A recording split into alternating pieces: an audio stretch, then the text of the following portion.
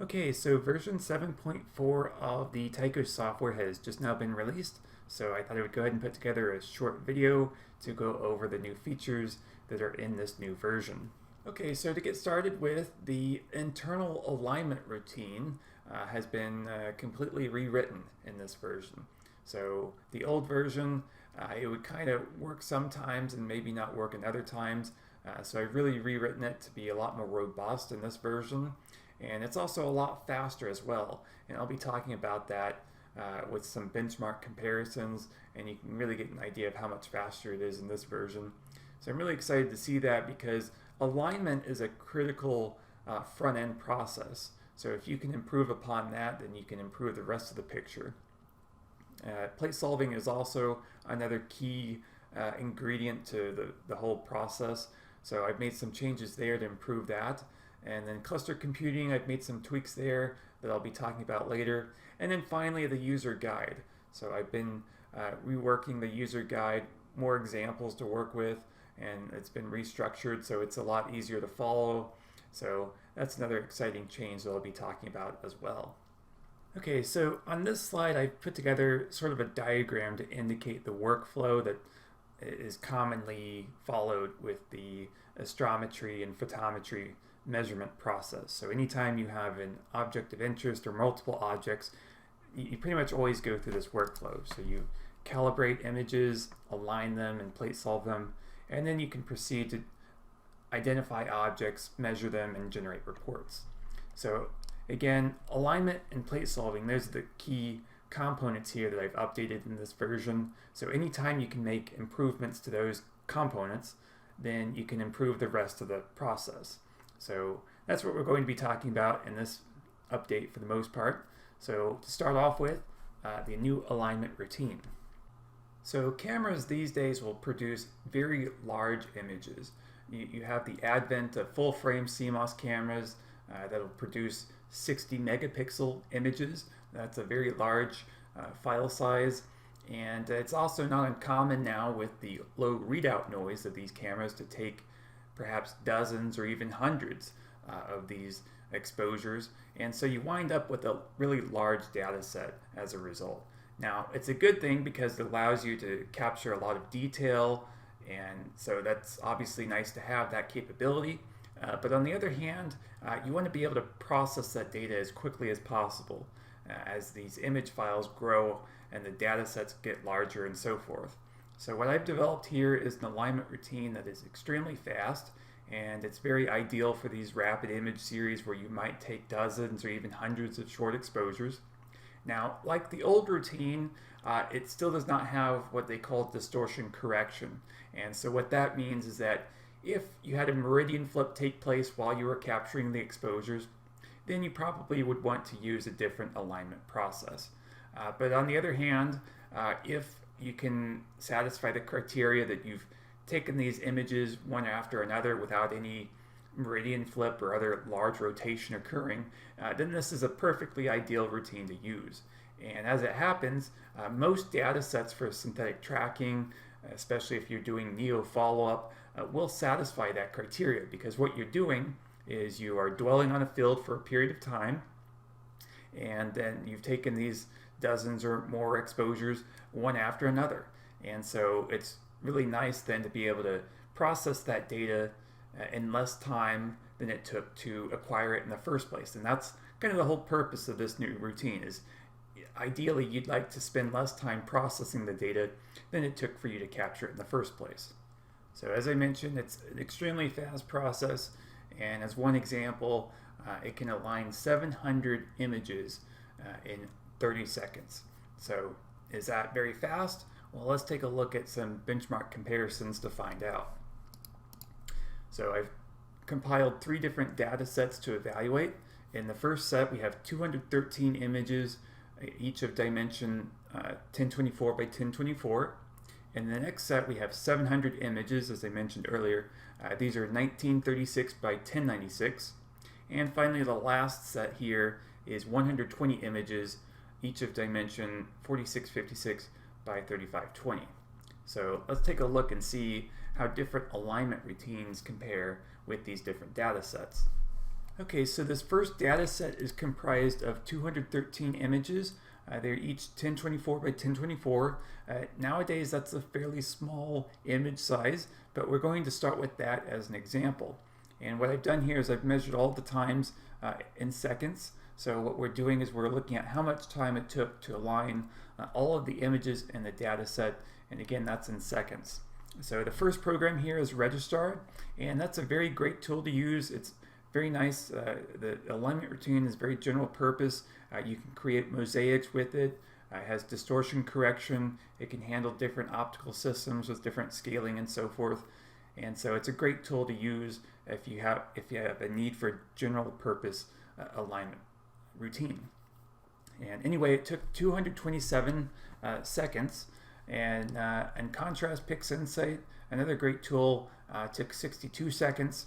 And then finally we have the new alignment routine in Tycho. It took 10 seconds. So that's very fast. Next data set here is comprised of 700 images. These are a bit larger, and so these are 1936 by 1096. And again, we start off with Registrar. That took 1,314 seconds. PixInsight took 263 seconds. And then next we have Tycho. That took only 30 seconds. So again, you see that Tycho, the new alignment routine, is extremely fast. And the final data set here is comprised of 120 images. This time they are much larger images, 4656 by 3520. So while you have fewer images, each image itself is much larger. And you can see that that made a huge difference here with the PixInsight program, which appears to be a bit more sensitive to the size of the images. So this time the Registrar and PixInsight are reversed. PixInsight actually took the longest amount of time when you give it larger images. So it took 1,191 seconds, Registrar took 413 seconds, and Tycho took 25 seconds. So again, very fast, and you can see the overview here.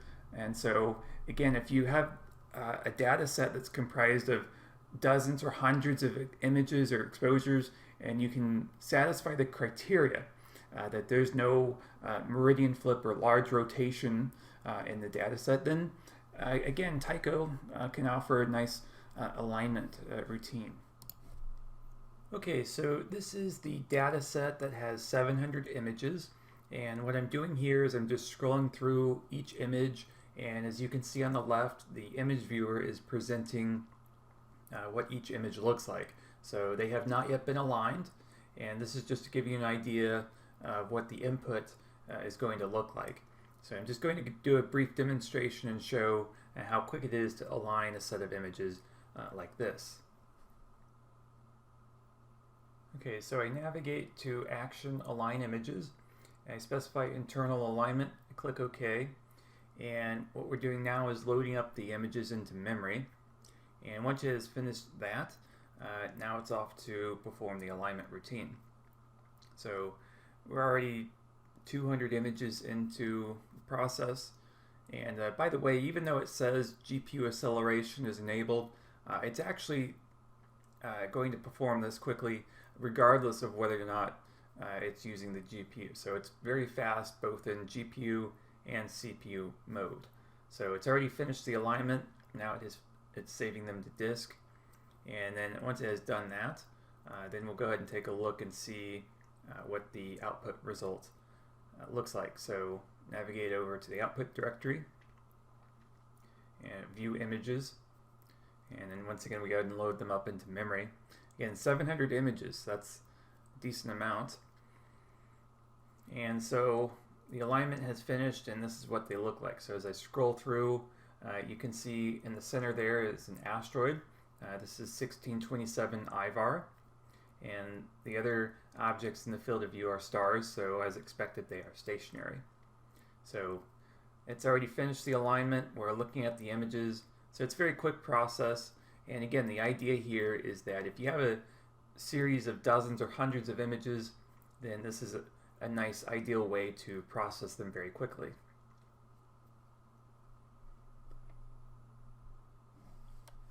Okay, so the next item that I talked about in the overview is the plate solver. So the first update here is that it now supports Universal Naming Convention UNC file paths. So as an example, you can see the double backslashes that precede a server name, and then you might have some directory that follows that. So this is ideal for those who might not want to map a network drive, where you would have a drive letter and then some directory that follows that. So it's another nice convenience feature to have. It now also supports Unicode characters in this version. So in the old version, if your file name had an accented character, then it would not work. But the new version will work with that because it now supports Unicode characters. And then finally, the objects flag has been increased to 400. It used to be 100, now it is 400. And what that does for us is that it improves the odds that it will find a usable solution. So it's kind of a trade-off between the amount of time that it takes to run the solver versus the likelihood that it will find a solution. And so what I've done is I've experimented with different values, and between 100 and 400 there did not really appear to be any noticeable difference in how long it took to run the solver, but 400 really did improve the odds of it finding a solution.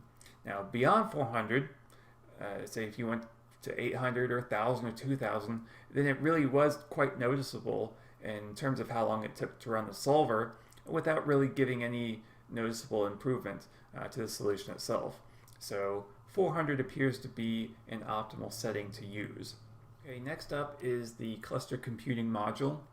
This now supports CPU-only worker nodes, and what that means is that this is now ideal for those who might have access to servers that simply do not have GPU hardware available.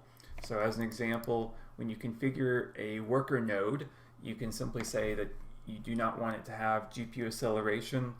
Instead, you can give it a setting for how many CPU threads to use. So again, that's another nice feature to have if you wanted to use cluster computing, but you might not have had access to GPU hardware. So to coincide with this release, I have also updated the user guide. It now comes in at 91 pages featuring several in-depth examples to work with, and I've also made available several new datasets for download. So this is an excellent way to learn more about Tycho and the various features that it has to offer. So if you have an interest in conducting follow-up of near-Earth objects, then there are several examples available for that. Or if you want to do discovery, if you want to try and discover a new object, then it has several examples tailored toward that goal. Or if you want to do photometry, if you want to construct a light curve, then it has an excellent example on how to do that as well. Well, that's it for this video. Thank you for watching, and see you next time.